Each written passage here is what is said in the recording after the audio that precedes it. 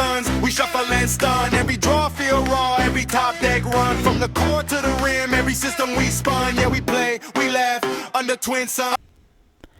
Well, welcome everybody to Under the Twin Suns, live at the Scruffy Womper Cantina. I am your host this week, Steve, and I am joined by Chris. Hello, Chris. Hello. We got a lot of really exciting spoilers this week, and I am really psyched for this set. I felt like, why did they do that? Why did they have like nothing in the beginning of the set, and then they like just hit the gas towards the end, and they just like, all right, here's all the good stuff. We got like some really good stuff that came in this week, including our first look at the Twin Suns product, the Twin Suns only set. It's C-3PO, Die Jedi Dogs, which is awesome. He's a 2-cost in Vigilance and Command, a 2/5, that when played, an opponent takes control of this unit. And then he has an ability that says action tap, deal damage equal to this unit's power to another ground unit, and only opponents may use this ability. I love the flavor of this card. Like, he's just, you think he's on your side, but he's just attacking your own stuff. I think that's great. And other people being able to tap him. I'm really excited. If this is the direction they're going with the Twin Sun stuff, I think this is going to be a lot of fun. Yeah, I think there's the possibility for lots of chaos there, lots of memes coming out of Twin Suns games. just yeah, the total craziness and chaos there. I think it's super fun. I also thought it was super interesting that we got a card that is not legal in Premier, but is only legal in Twin Suns, if I read that correctly. Is that right? That's right. Yeah, that's a good point. We were speculating that that's kind of how we thought it might work. But then again, you know, with new players and they're trying to come into the game and you're like, oh yeah, this is only Twin Suns, and this is, you know, we were worried that like maybe it would get a little confusing, but I do think it's, you know, probably just safer just to be like, no, these are only for Twin Suns. That way they can kind of push the envelope a little bit with those cards, and they don't have to worry about them just straight breaking Eternal or breaking Premier, which has happened in Magic. Yeah. What is that card in Magic? Is it Vendilion Click? The one that's like... No, I'm sorry. True Name Nemesis was the commander card, I think, that they released, and it was like, choose a player, you have protection from that player, and which is great in Commander. It's like, oh, this is fun in Commander, and then you play it in Legacy, and you're like, what the hell? I'll make mess things up. Yeah. We got some leaders since we last spoke. We did get the other half of the client. We had last we spoke, we had just the flip side. We have the other side now, where he is a tap. If you created a token this phase, exhaust an enemy unit. He's a 5-cost, and I'm a little skeptical on him just because he seems a little slow to me. Like, the fact that you have to tap him to do the exhaust, whereas like Django just did it right then and there. This one is only ever going to tap the second best unit, because like you're going to need to play something to create a token, and then they get to attack with their best unit because they can see it coming a mile away, and then you're like, okay, I guess I'll tap that guy because I created a token. Yeah, I think it might be good in Twin Suns. Yeah, I like the fact that it's not specific to the new tokens, though. I mean, I could see this. It's got the official tag here, so I could see this working with some official archetype decks. You know, you've just got some wiggle room to make different types of decks work. So, I mean, there's some versatility there maybe, but I agree with you. There's always, you know, when things don't happen automatically, it just slows things up a little bit and bogs things down. But you never know. I just always, these days, especially with how we're going with units and leaders and everything, there's so much creativity happening right now. And once someone just finds a combo or, you know, multiple combos, I'm really it can be really cool what people are brewing up. We got to see Vel Sartha has now has a leader card. She's in Vigilance and Heroism. She's a 6 deploy, and you can tap her to give an experience token to a unit. An opponent gets to create a credit token. I think this is going to be awesomely fun in Twin Suns. I'm really excited for Twin Suns for this, just for the political, hey, I'll give you a credit token, doing that whole Ruben group hug thing. In Premiere, I just don't see this taking off. I agree. It usually I just think the benefit is not gonna outweigh what might come back and smack you in the face. Yeah, I love ramping my opponent so that I can give a guy a experience token. That's great. Yeah.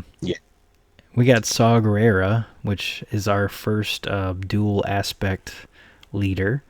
And Ruben made a really good point when he said that you can actually pair him with the flip palp from Twilight and have access to all aspects.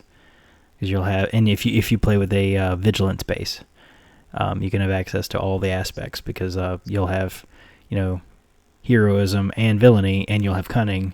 Plus the base gives you blue, and Saw gives you the green and the red. So that was kind of neat. Basically works like he just gives everybody what's that card? Heroic Resolve or whatever, the one that the event that gives them +2 and they attack or whatever. It just makes everybody have that, but they die afterwards. It's very Saw Gerrera, I think. Yeah. And it's cool to have a rainbow deck, basically, Yeah. Anything spoiled that caught your eye? It'll be very interesting to see what gets brewed up with that. I like how Ruben immediately caught onto that because my mind did not go there. I was like, I didn't know how I felt about all of your units immediately dying. I was like, Ruben is a mad scientist. Yes, when we talk about brewing, Ruben is who I immediately was like, what are you working on? Out of the new stuff, I've just like I said last week, I've been so focused on practicing for the PQ that I haven't really kept an eye on too much of what of the new spoilers have come out. I did take a little bit of a break from PQ practice to mess around with the Leia Spotlight deck, and I have to say that I was very pleasantly surprised by that. I thought, her coming out at 2/2, and I was like, that's just horrible, a 5 flip at 2/2, and then when she gets deployed, you can choose a unit and give an experience token to that unit for each different aspect among the units you control.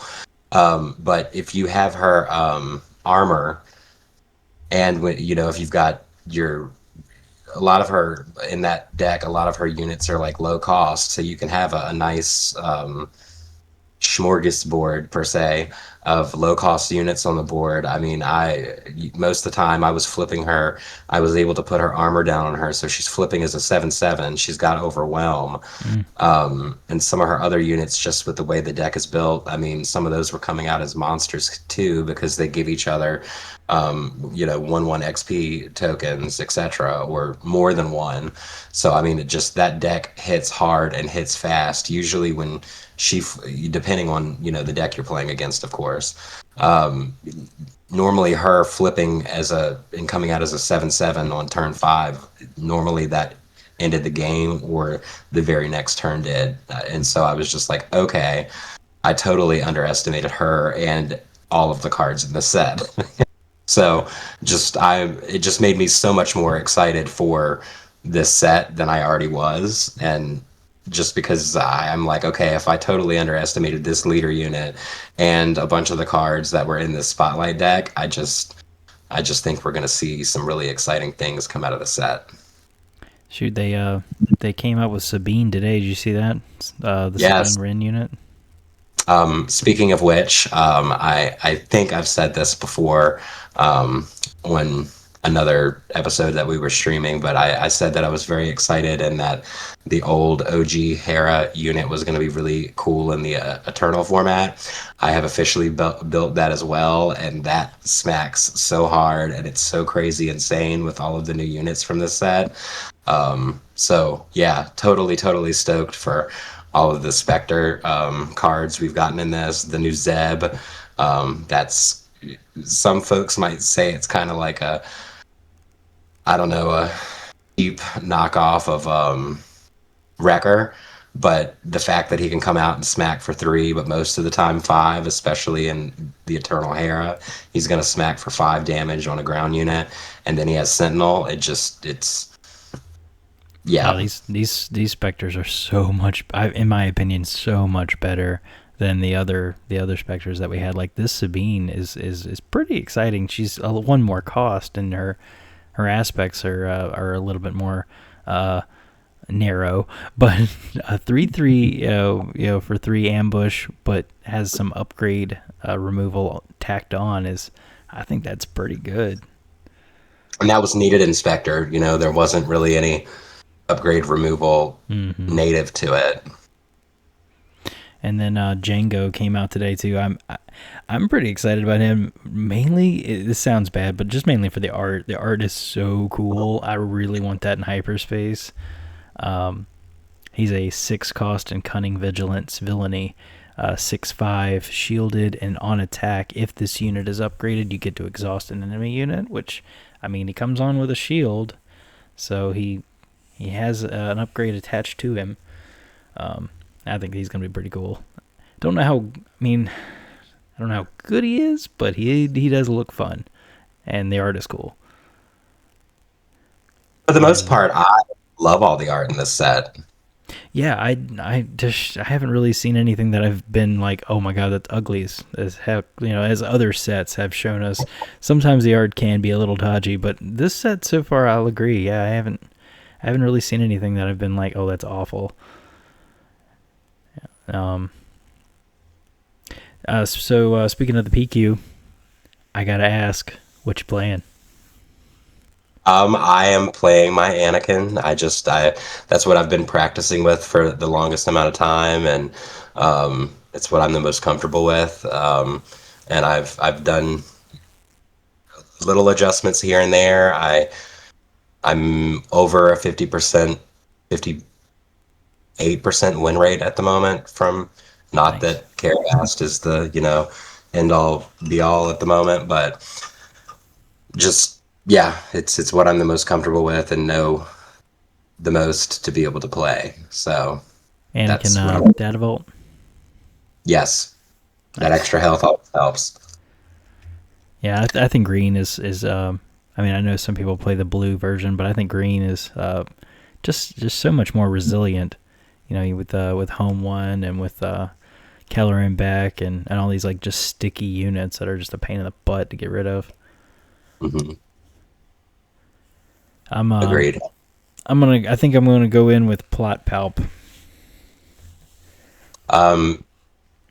Yeah, he's quite formidable.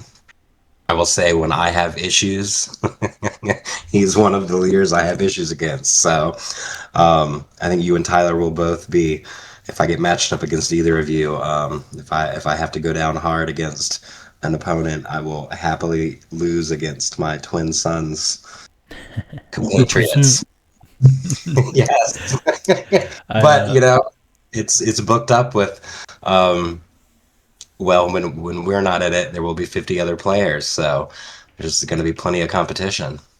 I haven't said any of this to anybody yet, but I've been tweaking with the idea of possibly every now and then just pulling my phone out and just doing a little bit of recording, because I'm like really curious to see how this is going to go. There's 52 people coming to this tiny store. I know you've already scouted it out and said that it's going to be a little cramped, and I'm just very curious to see how this is going to go, and maybe I want to document it for later viewing. They have a TV screen, a big TV screen, and I've seen them project somehow, getting the games up on their TV screen. I don't know if they live stream anywhere, but it's maybe some of our games will be streamed somehow, some way, and we can, put it up for others to see, or pull it somehow. I've never seen a stream on their social media, but maybe I just am not aware that they have it somewhere. I don't know. But yeah, I definitely, because I'm from Seaville, so I go visit family on occasion, and I was there once, and I was like, let me go check this out, and yeah, it's because at that time they hadn't announced or officially lowered their player cap to 52, and it was still at 120. I'm like, well, there ain't no way 120 people are fitting in here. Gotta play in the parking lot. Yeah, I was like, I don't know what's gonna happen with that. And then parking, I was like, there ain't no way 120 people are gonna be able to park here either.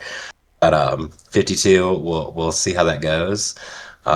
We could all be shoulder to shoulder. I don't know, but I know I shared with you all in the Discord chat. I was very very excited to see that they have as part of their table. Number system or however they have little QR codes where you can order coffee from the cafe next door, and the cafe will bring your coffee to you and bring it to the table that you're playing at. So that made me very excited, and I'm very looking forward to ordering coffee, especially if we do well, and we're there for an entire day. I can't even imagine how much coffee I'll go through. Oh, Bring me yeah. more. Yeah, for real. Just keep it coming. Yeah. Can I open a tab? Sir, we're going to have to cut you off. That's cool. Yeah, I'm excited, man. I haven't played on PQ since Battlegrounds, I think. And this is your first one, isn't it? This is my first PQ, yes. So I'm a bit nervous, but I'm also very excited. I know I've said many times I don't normally see myself as a competitive player, but I'm going to go do it, and I'm in the mindset of I'm going to have fun, and this is going to be a new experience, and we'll see how it goes. Yeah, my mindset whenever I go in is like, I'm just gonna go here, have fun, play a game I enjoy, and try not to let anybody bother me, because sometimes then people do get a little sweaty at these events, but hopefully it'll all just be a good time. Yeah, I'm hoping no one gets sweaty in any of my games, but I know it happens, so we'll see what goes down, and I'll have hot scalding coffee if anyone gets too. Oh yeah, there you go. Well, Chris, I appreciate you joining me this week. Had a kind of a shorter episode. We had people doing in real IRL in real life stuff, so we'll probably be back to full strength next week. It was a pleasure joining you, and it's always fun to chit chat and talk about SWU. Well, ladies and gentlemen, hug your cats and dogs or whatever you got, and we'll catch you next week. Bye. Have a good night, all.